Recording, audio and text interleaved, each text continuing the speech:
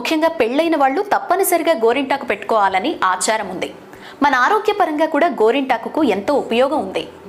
ఆషాఢ మాసంలో వర్షాలు ఎక్కువగా కురుస్తూ ఉంటాయి. వర్షాల వల్ల సూక్ష్మ క్రిములు పెరిగి అంటురోగాలు వ్యాపించడం పరిపాటి.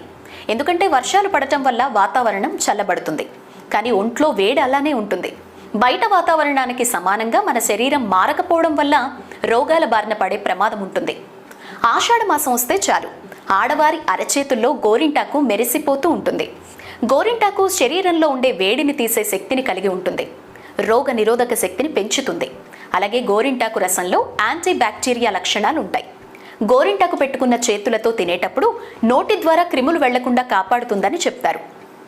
అంతేకాకుండా గోరింటాకు ఒత్తిడిని తగ్గించే లక్షణాన్ని కూడా కలిగి ఉంటుంది.